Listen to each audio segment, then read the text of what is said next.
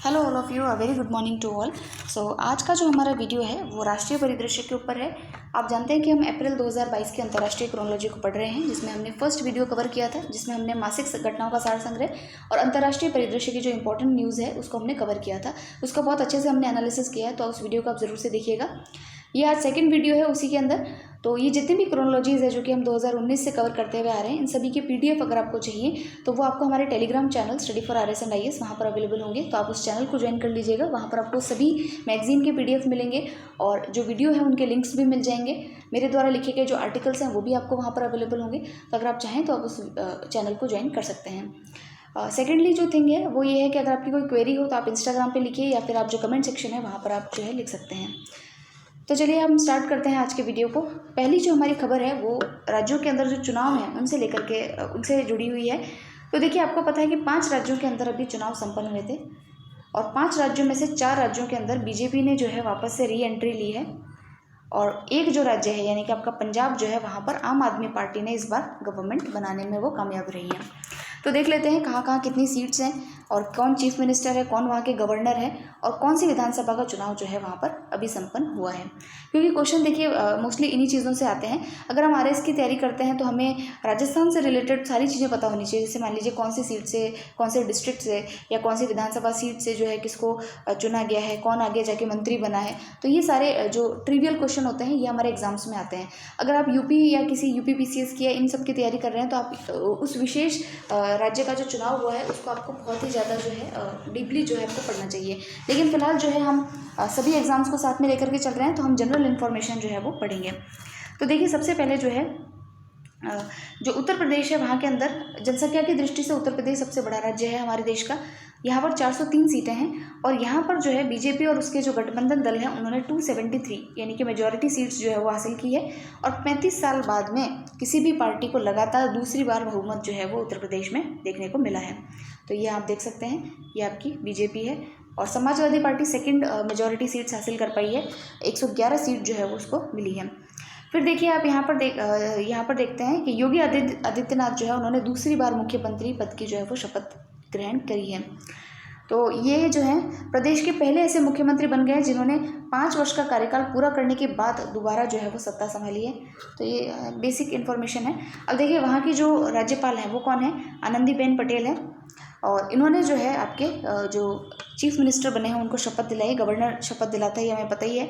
अब देखिए यूपी में जो है उप मुख्यमंत्री भी बनाए गए हैं यानी डेप्यूटी चीफ मिनिस्टर्स भी बनाए गए हैं।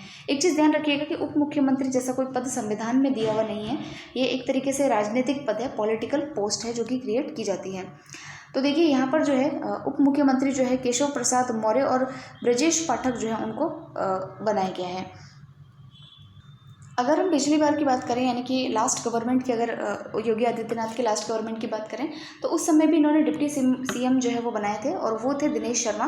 लेकिन इस बार उनको कोई स्थान नहीं मिला। इस बार 2 डिप्टी सीएम बने हैं, एक है केशव प्रसाद मौर्य और दूसरे हैं ब्रजेश पाठक। तो इन दोनों के नाम भी हमको ध्यान रखने हैं। सो ये था यूपी इलेक्शंस के बारे में और ये यूपी का जो है 18वीं विधानसभा जो है उसका चुनाव था।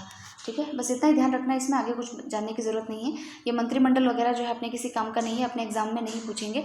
फिर देखिए उत्तराखंड का जो विधानसभा चुनाव है, उत्तराखंड की आप जानते हैं कि उत्तराखंड की स्थापना जो है वो आपके सन 2000 में ही हुई थी। तो इस बार जो है उत्तराखंड की 5th विधानसभा का चुनाव था। ठीक है, और यहाँ पर जो है 70 सीटें हैं उत्तराखंड में, यूके जिसको कहते हैं। ठीक है, उत्तराखंड की कितनी सीटें हैं, तो यहाँ पर 70 सीटें और 47 सीटों पर जो है बीजेपी ने जो है बहुमत हासिल किया है। तो मेजॉरिटी सीट्स बीजेपी को मिली है यहाँ पर।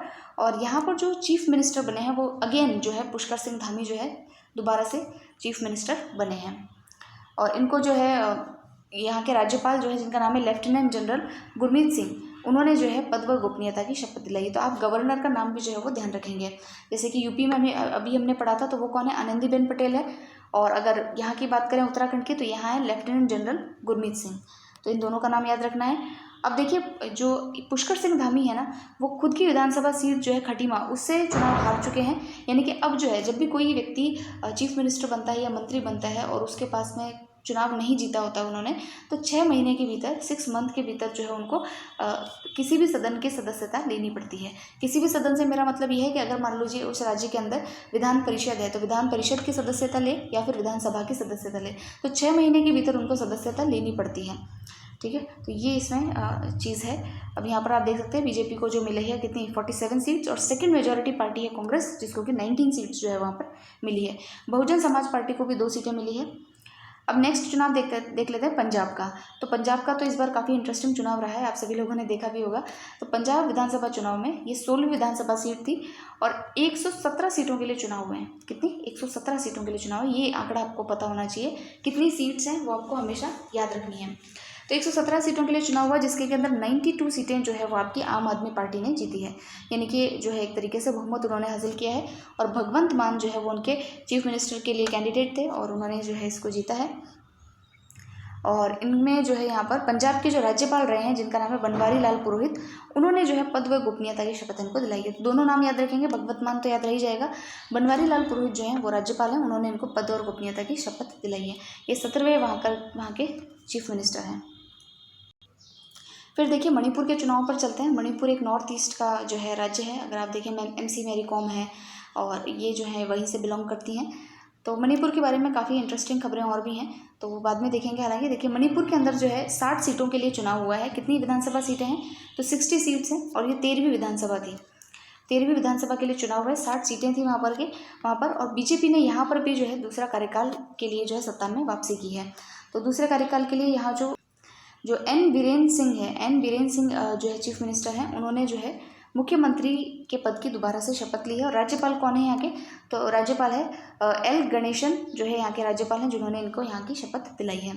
तो यहाँ आप देख सकते हैं सीट्स को लेकर के, तो टोटल सीट्स यहाँ पर है 60 और 32 सीट्स जो है वो बीजेपी ने यहाँ पर हासिल की है। और उसके सेकंड जो है वो है नेशनल पीपल्स पार्टी। तो देखिए कितनी सीटें जीती है ये भी इतना इंपॉर्टेंट नहीं है, लेकिन हाँ आप थोड़ा इंटरेस्ट के साथ में पढ़ेंगे। जैसे किसी ने मुझे कहा था कि इतना डेटा याद नहीं होता, तो डेटा सारी चीज़ें याद करने की नहीं होती है।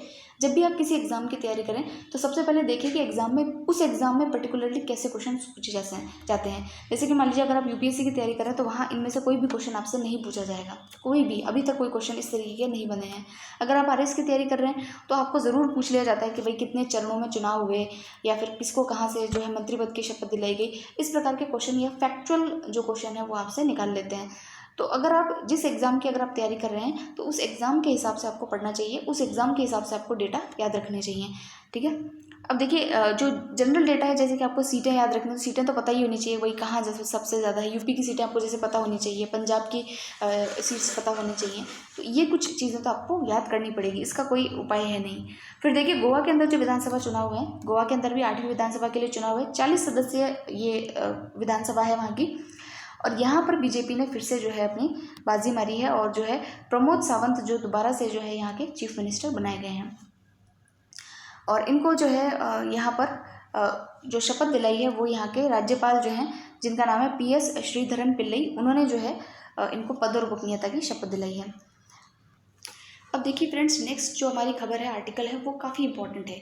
किसको लेकर के है ये आर्टिकल? तो ये है आपका मैटरनल मोर्टेलिटी रेट को लेकर के, यानी कि मातृ मृत्यु अनुपात को लेकर के।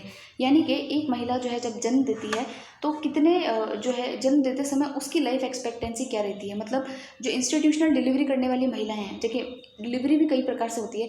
जैसे कि एक तो जो है पुराने समय में या अभी भी जो है कई जगहों पर, क्योंकि वहाँ पर जो है हॉस्पिटल्स दूर होते हैं, हॉस्पिटल्स में खर्चा बहुत ज़्यादा होता है, तो वहाँ पर इंस्टीट्यूशनल डिलीवरी नहीं हो पाती। इसको कहते हैं संस्था वाली डिलीवरी जो है वो नहीं हो पाती, इंस्टीट्यूशनल डिलीवरी नहीं होती है।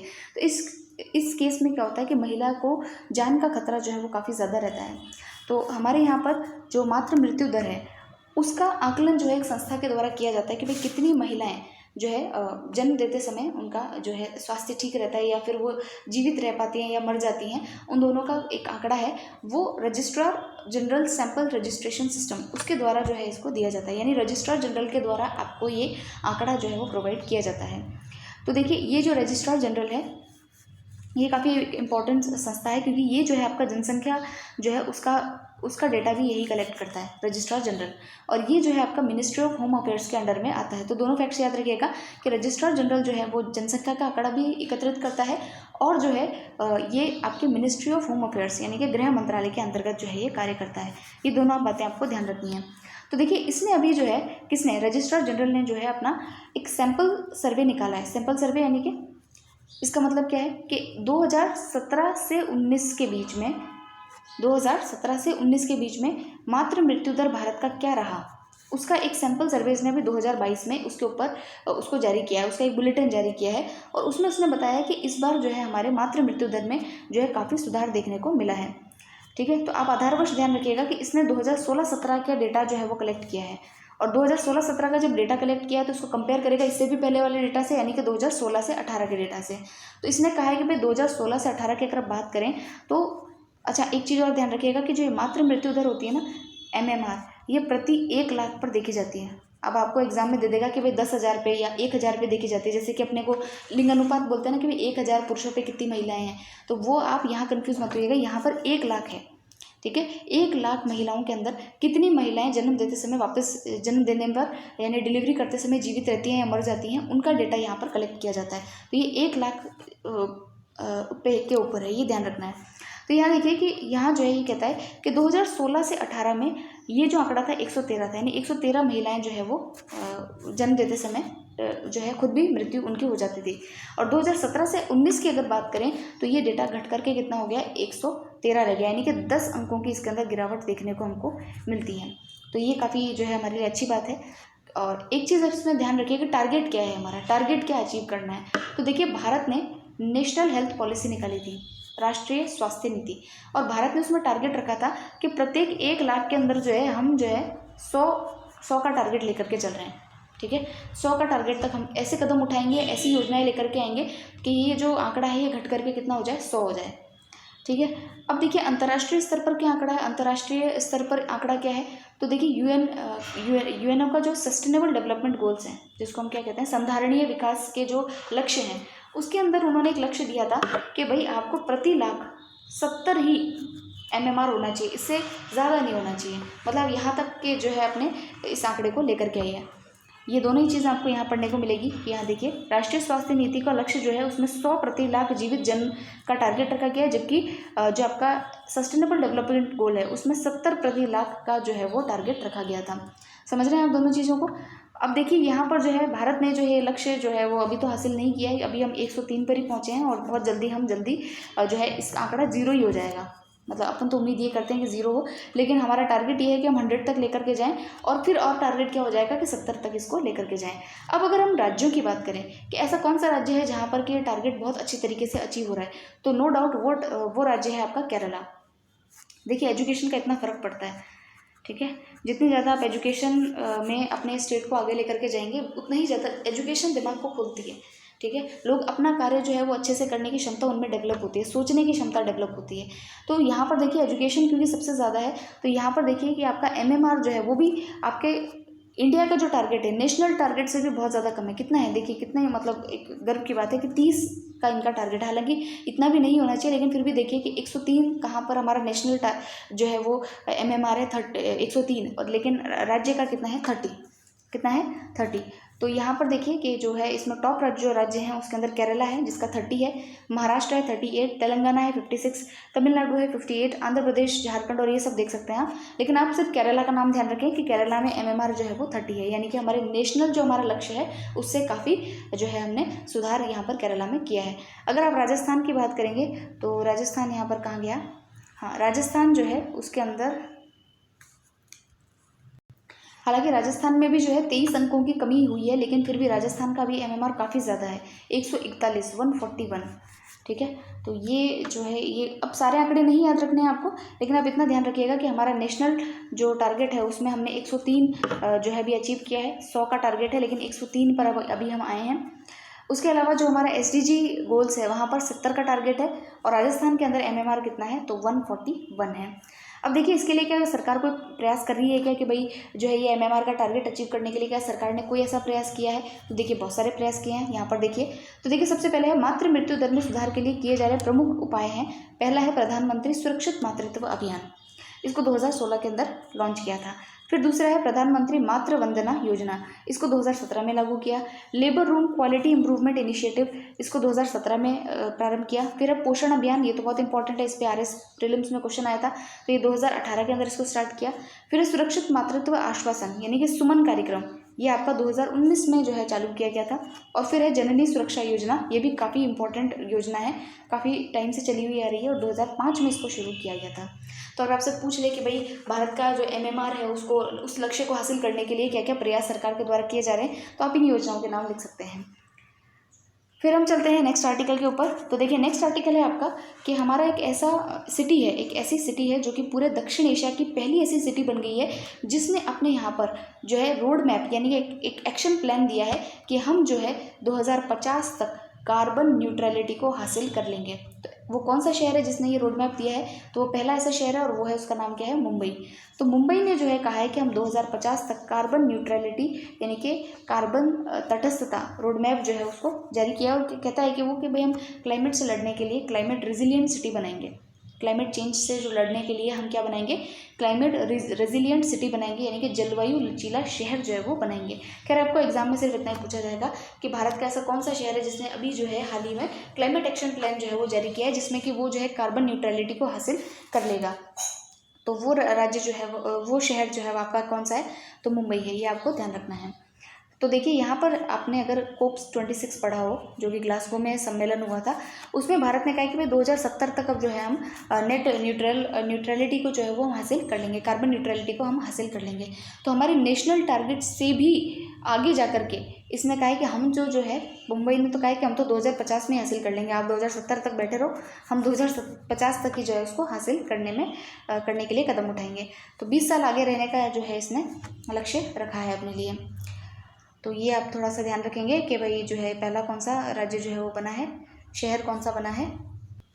अब देखिए इसके अंदर आंकड़े वैसे बहुत सारे दे रखे हैं इसने कि भाई 44% की यहाँ कमी करेंगे, इतना % हम ग्रीन हाउस गैस, इतनी चीज़ आपको याद नहीं रखनी है, ठीक है। आप इतना ही ध्यान रखिएगा, क्लाइमेट रेजिलियंट सिटी बनाएंगे यानी कि जलवायु लचीला शहर हम बनाएंगे। उसके लिए क्या क्या करना पड़ेगा, भाई स्मार्ट सिटी बनाएंगे और जो है हमारे यहाँ पर जीरो एमिशन पब्लिक ट्रांसपोर्ट ऐसा लाएंगे जहाँ पर एमिशन सबसे कम से कम हो। तो ये सारी चीज़ें वहाँ पर इंक्लूड होती है, मतलब बेसिक चीज़ें हैं, तो ये इतना आपको याद नहीं रखना है, बस आप मुंबई का नाम ध्यान रखिएगा। फिर देखिए नेक्स्ट आर्टिकल है 13 प्रमुख नदियों के कायाकल्प पर विस्तृत परियोजना रिपोर्ट जो है वो जारी की गई है, यानी कि DPR जारी की गई है, डिटेल प्रोजेक्ट रिपोर्ट। अब ये क्यों जारी की गई है इसको देख लेते हैं। अब देखिए अगर आपने सुना हो कि हमने जो है नेशनली डिटरमाइंड टारगेट्स जो है वो बनाए थे, NDC हमारे गोल्स हैं, ठीक है। ये कब हुए थे, जब हमने पेरिस कॉन्फ्रेंस किया था, उस समय एक चीज़ हुई थी कि भाई हर एक जो देश है वो अपने अपने टारगेट खुद निर्धारित करे कि भाई आप जो है कार्बन के उत्सर्जन को कितना कम करेंगे, आप खुद से बता दो कि भाई आपकी कितनी हैसियत है कि हम इतना कार्बन उत्सर्जन कम कर लेंगे। तो सब ने अपने अपने टारगेट्स दिए, भारत ने भी अपने अपने टारगेट दिए। तो अब उन टारगेट्स को कैसे पूरा करें कि भाई आप जो कार्बन रिलीज़ कर रहे हो या ग्रीन हाउस गैसों का अगर आप उत्सर्जन कर रहे हो तो उनको सोखने के लिए, क्योंकि आप जो है एकदम से कार्बन बंद नहीं कर सकते, अगर आप कार्बन का एमिशन बंद करना होगा तो आपको फैक्ट्रियाँ बंद करनी पड़ेगी, ठीक है, फैक्ट्रियाँ बंद आप कर नहीं सकते। तो नेट न्यूट्रलिटी या नेट एमिशन आप ज़ीरो कैसे करोगे, तो नेट एमिशन ज़ीरो करने के लिए आपको क्या करना पड़ेगा कि हमारे यहाँ पर जो है ग्रीन मफलर्स बनाने पड़ेंगे, ग्रीन बेल्ट बनानी पड़ेगी, या आपको कार्बन सोखने के लिए जो है वो जो है अपने सेंटर्स ऐसे बनाने पड़ेंगे। तो उसके लिए देखिए यहाँ पर 13 प्रमुख नदियों के कायाकल्प पर एक विस्तृत परियोजना DPR जारी किया गया है, जिसमें कि इन 13 नदियों को चिन्हित किया गया है और इनकी जो है इनका कायाकल्प किया जाएगा, यानी कि यहाँ पर जो है ग्रीनरीज लगाई जाएंगी, इनकी आज यहाँ पर जो है इको पार्क विकसित किया जाएगा, यहाँ पर रिवर फ्रंट को विकसित किया जाएगा और लोगों के बीच जागरूकता लाई जाएगी, ठीक है। तो यहाँ पर देखिए कि ये जो 13 नदियाँ हैं वो कौन कौन सी है, तो इनमें है झेलम है, चिनाब है, रावी है, ब्यास है और सतलुज है, ठीक है। ये सारी तो कौन सी नदियाँ हो गई, ये जो आपकी सिंधु नदी है उसकी सहायक नदियाँ हो गई, सारी नदियाँ ले ली है यहाँ पर। फिर अगर आप देखेंगे तो यहाँ पर है आपकी यमुना जो कि गंगा की सहायक नदी है, फिर है ब्रह्मपुत्र, फिर है राजस्थान से लूनी, नर्मदा, गोदावरी, महानदी, ये सब साउथ की नदियाँ हैं, कावेरी तक, ये सारी की सारी 13 नदियाँ जो हैं आपके DPR में शामिल हैं। तो यहाँ ज़्यादा कुछ याद रखने की ज़रूरत नहीं है, आप यह इतना ध्यान रखिएगा कि इन 13 नदियों के नाम कौन कौन से हैं और इनको जो है यहाँ पर जो अंतर्राष्ट्रीय हमारी प्रतिबद्धताएँ हैं जो हमारी अंतर्राष्ट्रीय प्रतिबद्धताएं हैं उनको निभाने के लिए जो है इसको यहाँ पर लॉन्च किया गया है कि भाई इतने 2.5 से 3 अरब टन कार्बन डाइऑक्साइड के बराबर कार्बन सोखने का लक्ष्य जो है इसमें शामिल कर रखा है कि भाई जो हमारा एनडीसी वानिकी क्षेत्र है उसके अंदर हम जो है ये कार्य करेंगे। तो इतना आपको ध्यान रखना है कि भाई 13 प्रमुख नदियाँ हैं, किस लिए है, अंतर्राष्ट्रीय प्रतिबद्धताएं जो हैं उनको पूरा करने के लिए जो है इसको लॉन्च किया गया है। फिर देखिए देश का पहला डिजिटल वाटर डेटा बैंक जो है उसको कहाँ निर्मित किया गया, ये हमने पहले भी पढ़ लिया है फर्स्ट वाले वीडियो में। तो इसको हमने कर्नाटका के अंदर जो है वो डेवलप किया है। ये देश का पहला डिजिटल वाटर डेटा बैंक होगा जो कि आईटी, कौशल विकास और उद्यमिता के साथ टिकाऊ प्रौद्योगिकियों का संयोजन करके एक अनूठा नवाचार के जरिए जो है इसको बनाया गया है। ये भारत का पहला डिजिटल डेटा बैंक होगा जो सभी संस्थाओं और स्रोतों से जल संबंधी डेटा की एक विशिष्ट सूची प्रदान करेगा जो कि कुछ सामान्य विकासात्मक चुनौतियों से निपटने में जो है हमारी मदद कर सकते हैं। तो ये बस इतना ही ध्यान रखना है इसके अंदर। और बाकी जो है इसमें युवाओं को जो है ट्रेनिंग दी जाएगी, ये सारी चीज़ें मैंने आपको बताई थी, ठीक है, ताकि जो है जल जो है वाटर कंजर्वेशन से रिलेटेड या पानी की जो साफ़ सफाई है उससे रिलेटेड जो है चीज़ों को जो है वो किया जा सके। फिर नेक्स्ट खबर देखते हैं। तो देखिए प्रधानमंत्री जो हैं, प्रधानमंत्री नरेंद्र मोदी जो हैं विश्व में सबसे लोकप्रिय नेता के रूप में इनको अभी माना गया है। किसने माना है, हमने माना है वो तो अलग बात है, लेकिन अभी किसने माना है, तो अमेरिका की एक डेटा इंटेलिजेंस फर्म है जिसका नाम है मॉर्निंग कंसल्ट। क्या नाम है, मॉर्निंग कंसल्ट जो है अमेरिका की एक डेटा इंटेलिजेंस फर्म है और उसने जो है जितने भी विश्व के बड़े दिग्गज नेता हैं उनकी एक रेटिंग की है और उस रेटिंग के अंदर उन्होंने कहा है कि जो नरेंद्र मोदी है उनको 77% जो है वो वोटिंग के साथ में फर्स्ट नंबर पे रखा गया है। अगर और लीडर्स की बात करें तो बाकी सब लीडर्स देखिए पीछे हैं, जैसे जो बाइडेन है, इमैनुअल मैक्रोन है और ये सब पीछे हैं। सेकंड नंबर पे कौन है, तो ये है एंड्रेस मैनुअल लोपेज एब्राडोर, ये मैक्सिको के हैं और इनको 63% जो है यहाँ रेटिंग मिली है। ये रेटिंग आपको याद नहीं रखनी, लोकप्रियता का स्तर आपको याद नहीं रखना, फर्स्ट जो लीडर हमारे जो है उसका आपको नाम ध्यान रखना है। फिर देखिए एक रिपोर्ट है, ये रिपोर्ट मैं आपको तभी रिकमेंड करूँगी कि भाई आप इसको याद कर लीजिए कि जब आपका कोई रिसेंट अभी कोई एग्ज़ाम हो तभी आप ऐसी रिपोर्ट्स को ध्यान में रखिए। रिसेंट का मतलब ये है कि अगर आपके अभी 2-3 महीने में अगर कोई एग्ज़ाम हो तब आप ऐसी रिपोर्ट्स को पढ़िएगा। अन्यथा जो है अगर आपका जैसे अगर RS वाला एग्ज़ाम है अभी तो उसमें आप ऐसी रिपोर्ट्स को पढ़ सकते हैं। बाकी जो है ये ऐसी रिपोर्ट्स जनरली कम पूछी जाती हैं। तो देखिए ये रिपोर्ट का नाम है state of India's environment report, यानी जो है हिंदी में भी यही नाम है, भारत की पर्यावरण स्थिति पर एक रिपोर्ट है। और ये रिपोर्ट किसके द्वारा लॉन्च की गई है, तो centre for science and environment और डाउन टू अर्थ मैगजीन के द्वारा। एक मैगजीन है डाउन टू अर्थ जो कि एनवायरनमेंट से रिलेटेड आर्टिकल्स पब्लिश करती है और दूसरी है centre for science and environment. इन दोनों ने मिलकर के state of India's environment report जो है उसको जारी किया है, यानी कि भारत की पर्यावरण स्थिति के ऊपर अपनी एक रिपोर्ट जारी की है। तो ऐसी क्या बात कही है भाई इन्होंने, तो इन्होंने जो है हमारे यहाँ पर भाई खाद्य प्रणाली कैसी है, जैव विविधता और इन सब चीज़ों को संज्ञान में लेकर के अपनी एक रिपोर्ट दी है। और उन्होंने कहा है कि भाई हमारा जो है जो SDG इंडेक्स है उसके अंदर हमारा प्रदर्शन जो है, SDG जानते हैं आप, सस्टेनेबल डेवलपमेंट यानी संधारणीय जो हमारे विकास लक्ष्य हैं उसके अंदर हमारा प्रदर्शन जो है वो कमज़ोर रहा है। अगर हम देखें तो 2021 के अंदर हमारे 192 जो हमारे UN के देश है उसमें हमारा स्थान 117वां है। कौन सा, 117 वाला हमारा स्थान है, यानी कि प्रदर्शन जो है कुछ काफ़ी ठीक नहीं रहा है। और अगर स्कोर की बात करें तो 100 में से 66 स्कोर जो है वो भारत का रहा है। और अगर भारतीय राज्यों की बात करें तो केरला फर्स्ट ऐसा राज्य है, फर्स्ट स्थान पर है जिसने कि जो है SDG गोल्स को हासिल किया है। इसमें फर्स्ट स्थान पर जो है वो केरला रहा है। अब देखिए और सबसे निचले स्थान पर जो झारखंड और बिहार हैं। जो SDG गोल्स हैं इनको 2030 तक हासिल करने का लक्ष्य रखा गया है एजेंडा 2030 के उसके अंदर। तो इसके अंदर जो है भारत का स्थान काफ़ी लो है, 117वां देश बना है इनको लक्ष्य को हासिल करने में। और केरला फर्स्ट स्थान पर है और बात करें झारखंड और बिहार की तो सबसे निचले स्थान पर इनको स्थान मिला है। नेक्स्ट आर्टिकल पे चलते हैं। यह है बायोमेडिकल नवाचार और उद्यमिता पर ICMR और DHR नीति। तो ये ICMR क्या है, तो ICMR का फुल फॉर्म है Indian council of medical research. तो ये क्या करती है, तो देखिए आपको नाम से ही सिद्ध हो जाना चाहिए कि ये जो है रिसर्च यानी बायोमेडिकल के क्षेत्र में जो भी रिसर्च होती है, अनुसंधान होता है, उसके लिए ये संस्था कार्य करती है।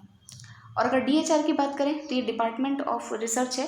तो ये जो दोनों ने मिलकर के बायोमेडिकल इनोवेशन और एंटरप्रेन्योरशिप, ठीक है, इसको हिंदी में कहते हैं जैव चिकित्सा नवाचार और उद्यमिता जो है वो नीति जारी की है। इसके तहत देखिए क्या होगा कि जितने भी डॉक्टर्स हैं या प्रोफेशनल्स हैं तो वो भी अपना जो है बायोमेडिकल के क्षेत्र में, मेडिसिन के क्षेत्र में कोई भी एंटरप्रेन्योरशिप का कार्य कर सकते हैं, यानी कि उद्यमिता का कार्य जो है वो कर सकते हैं। तो यहाँ पर अगर आप देखेंगे यहाँ पढ़िए इसको कि यह नीति चिकित्सा संस्थानों को नवाचार और उद्यमिता से जुड़ी गतिविधियों में योगदान करने के लिए अपने कर्मियों को सक्रिय रूप से समर्थन देने में सक्षम बनाने का एक प्रयास है।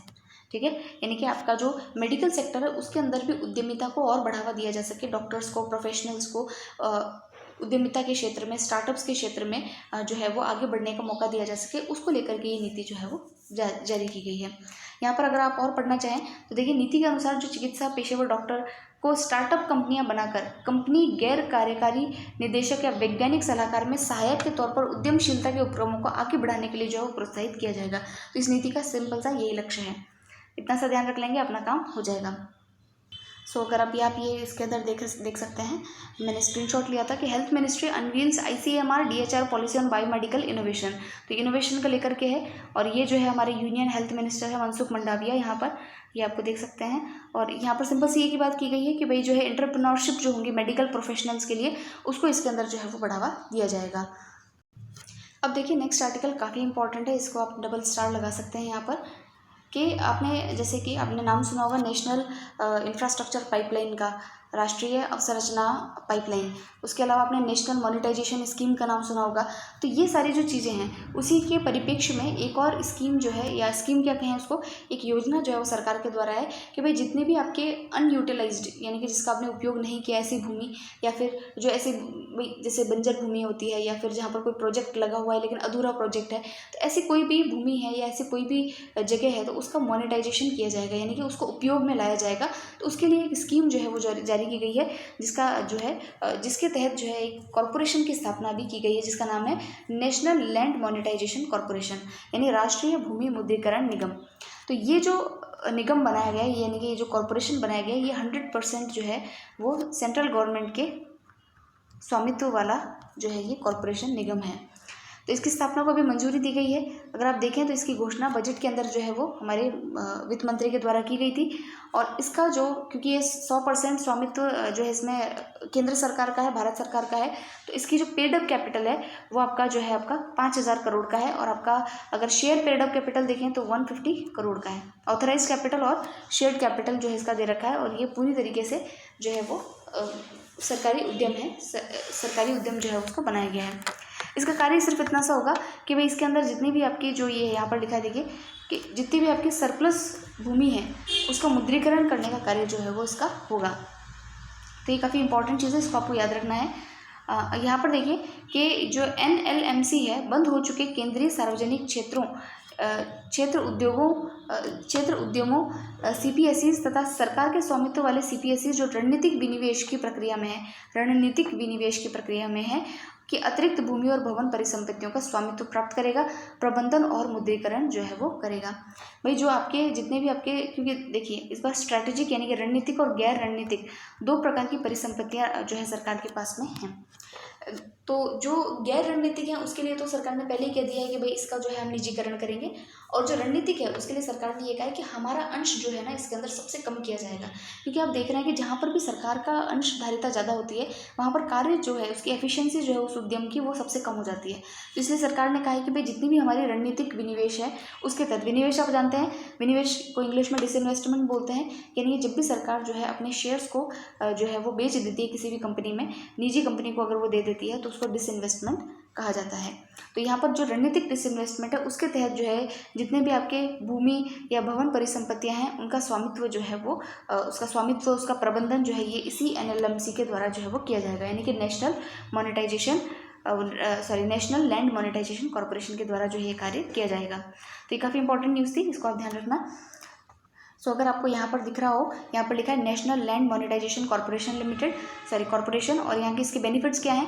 तो NLMC will undertake monetization of surplus land and buildings assets of CPSEs and other government agencies. राज्य सरकारों की या केंद्र सरकार की जो जितनी भी CPSEs हैं, राज्य सरकार की जो सेंट्रल पब्लिक सर्विस सेक्टर्स हैं उनकी, और गवर्नमेंट जितनी भी एजेंसीज हैं उनकी जितनी भी जो है सरप्लस लैंड होगी, ठीक है, उसको जो है ये मोनेटाइज उसका किया जाएगा।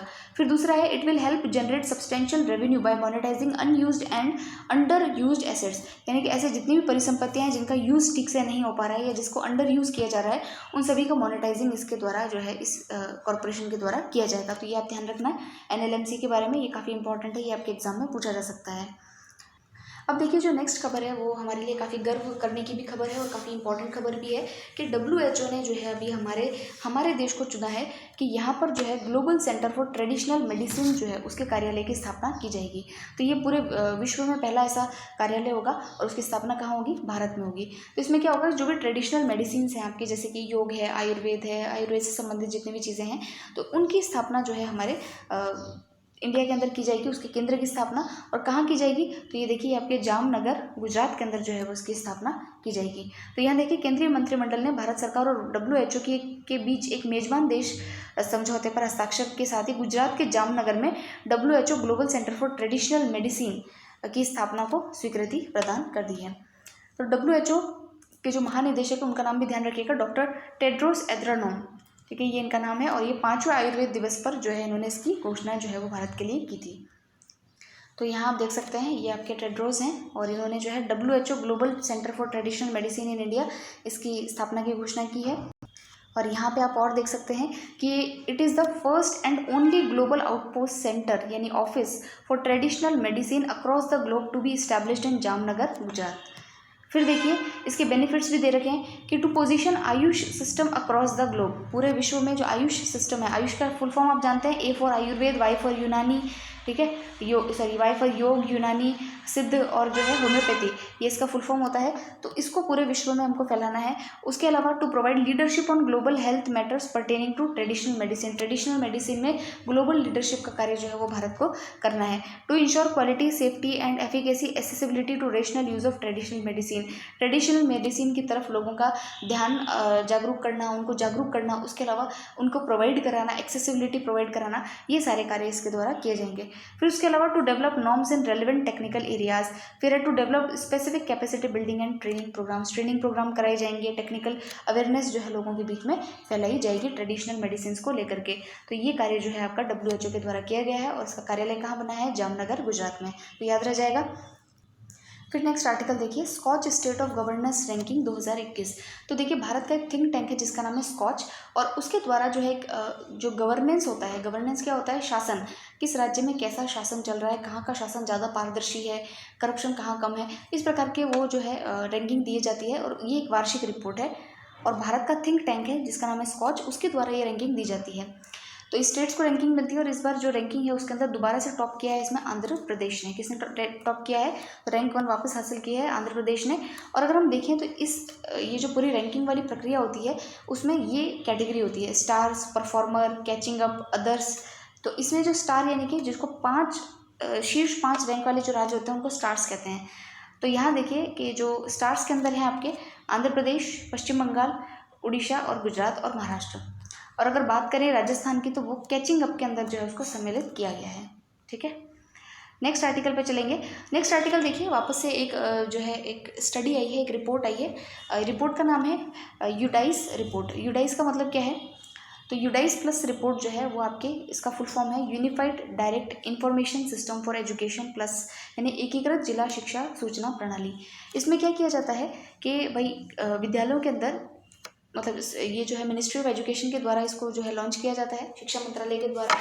और इस यूडाइस प्लस में क्या होता है कि भाई शिक्षा का स्तर क्या है, कि भाई बच्चे कितने आ रहे हैं और टीचर कितने हैं, प्रत्येक 100 बच्चों पर कितने मास्टर पढ़ाने वाले हैं।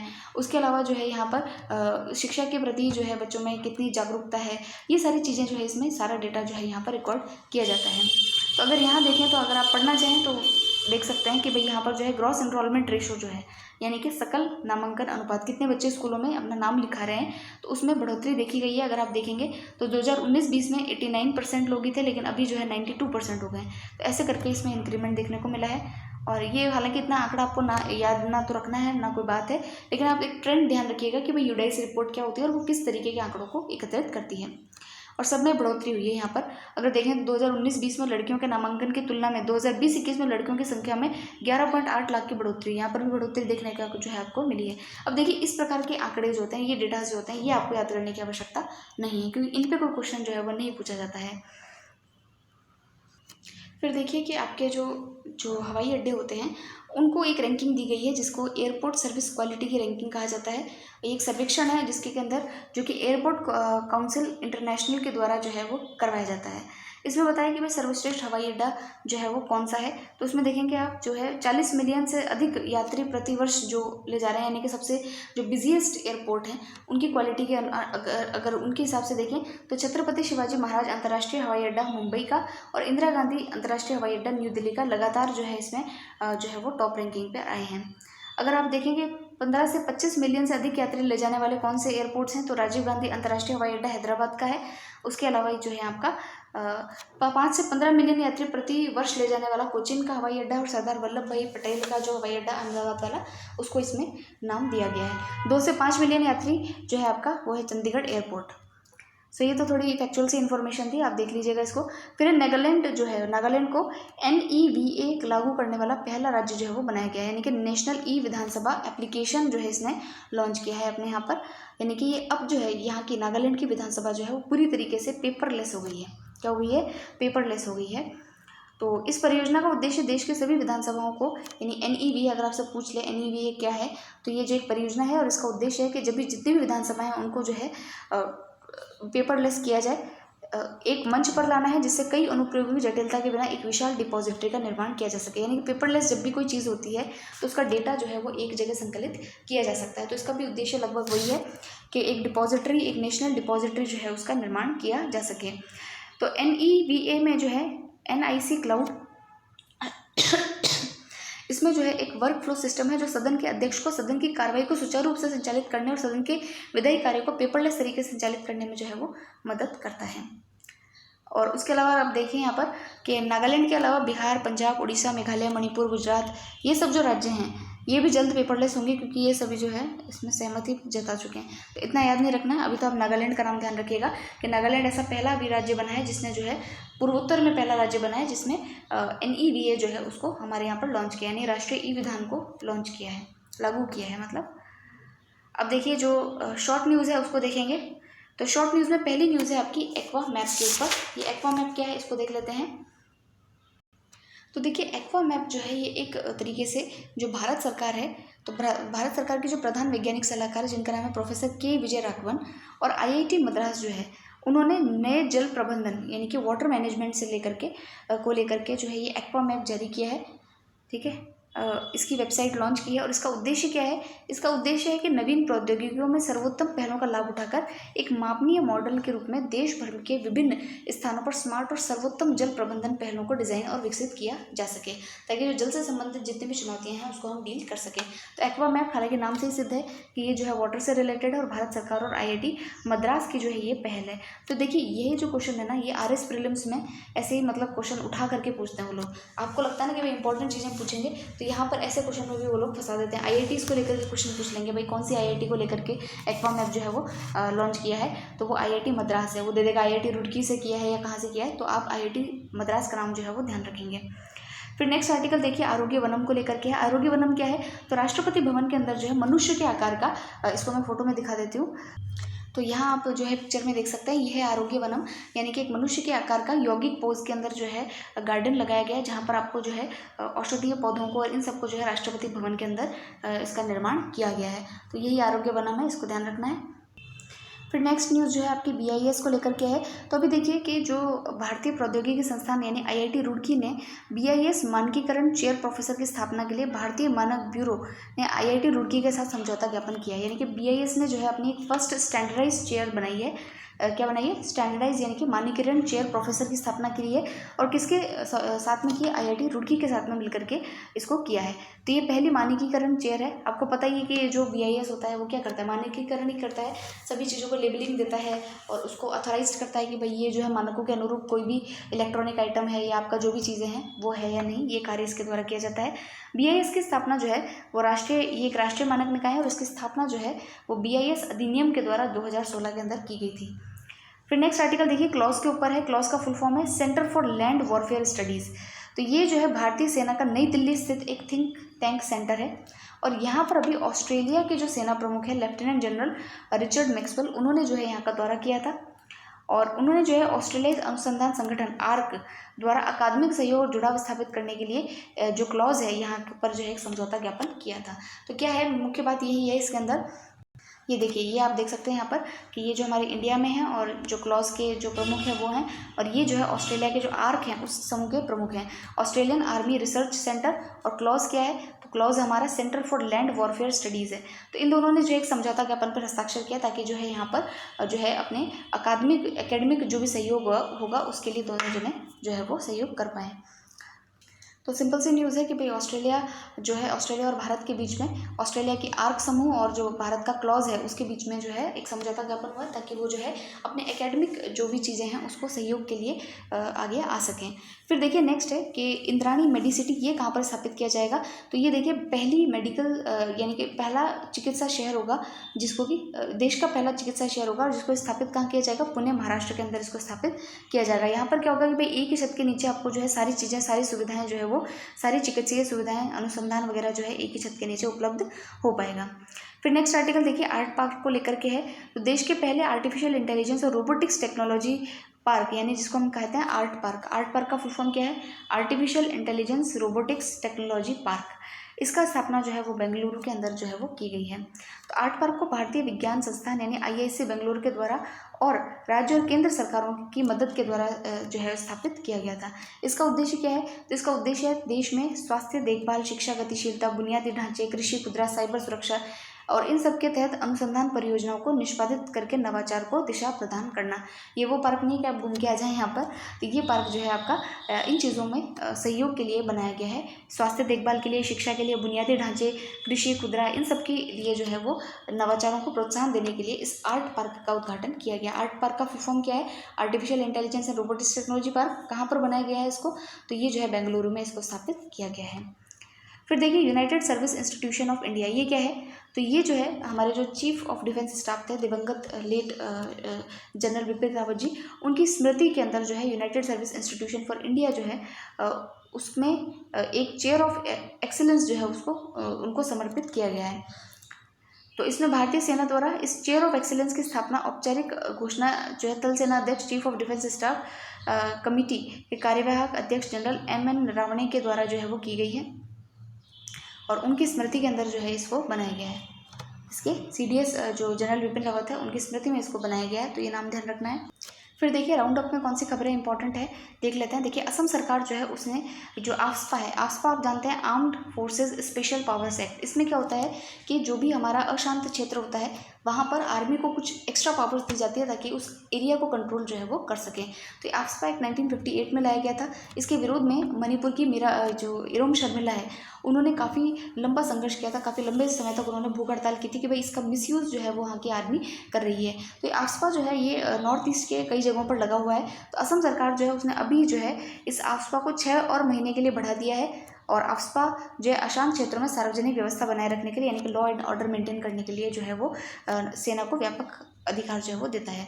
फिर देखिए जो मध्य प्रदेश है वहाँ पर पहले जो है ड्रोन स्कूल का उद्घाटन जो है वो किया जाएगा। तो मध्य प्रदेश में पहले ड्रोन स्कूल का उद्घाटन किया जाएगा, ये थोड़ा सा ध्यान रखने वाली बात है। उसके अलावा कुछ ऐसी बात इसमें है नहीं। फिर देखिए केंद्रीय मंत्रिमंडल ने जो प्रधानमंत्री गरीब कल्याण अन्न योजना जो है उसको 6 महीने के लिए यानी कि सितंबर 2022 के लिए और भी बढ़ा दिया गया है। इस योजना का 5वां चरण मार्च 2022 में समाप्त होने वाला था, लेकिन इसको और इंक्रीज़ किया गया है। और PM जो ये आपका ये है प्रधानमंत्री गरीब कल्याण योजना, ये अप्रैल 2022 में से इसको चालू किया गया था, यानी लॉकडाउन के टाइम पे लोगों को जो है खाद्यान्न प्रोवाइड कराने के लिए, और ये विश्व का सबसे बड़ा खाद्य सुरक्षा कार्यक्रम जो है वो बन गया था। तो ये कुछ थी इसकी खबरें। तो ऑलरेडी हमारा वीडियो जो है 40 मिनट्स का हो गया है। अब नेक्स्ट वीडियो में अंतरिक्ष रक्षा प्रौद्योगिकी और जो आपका इकोनॉमिक्स वाला जो पोर्शन है उसको पढ़ेंगे। फिर हम आएंगे हमारे जो बेस्ट सेक्शन है हमारा यानी कि प्रदेश की जो खबरें हैं उनको पढ़ेंगे। तो अब बने रहिएगा चैनल के साथ में, और जल्दी ही उस वीडियो के साथ में भी हम उपस्थित होंगे। और अगर कोई व्यक्ति 1-2 दिन लेट हो जाए तो उसको श्रद्धांजलि मत दे दिया करिए, हो सकता है कि कहीं कुछ काम पड़ गया हो। तो नेक्स्ट वीडियो ज़रूर से आएगा, ऐसा नहीं है कि नहीं आएगा। तो ठीक है, मिलते हैं नेक्स्ट वीडियो में। आप तब तक पढ़िए इसको, मिलते हैं।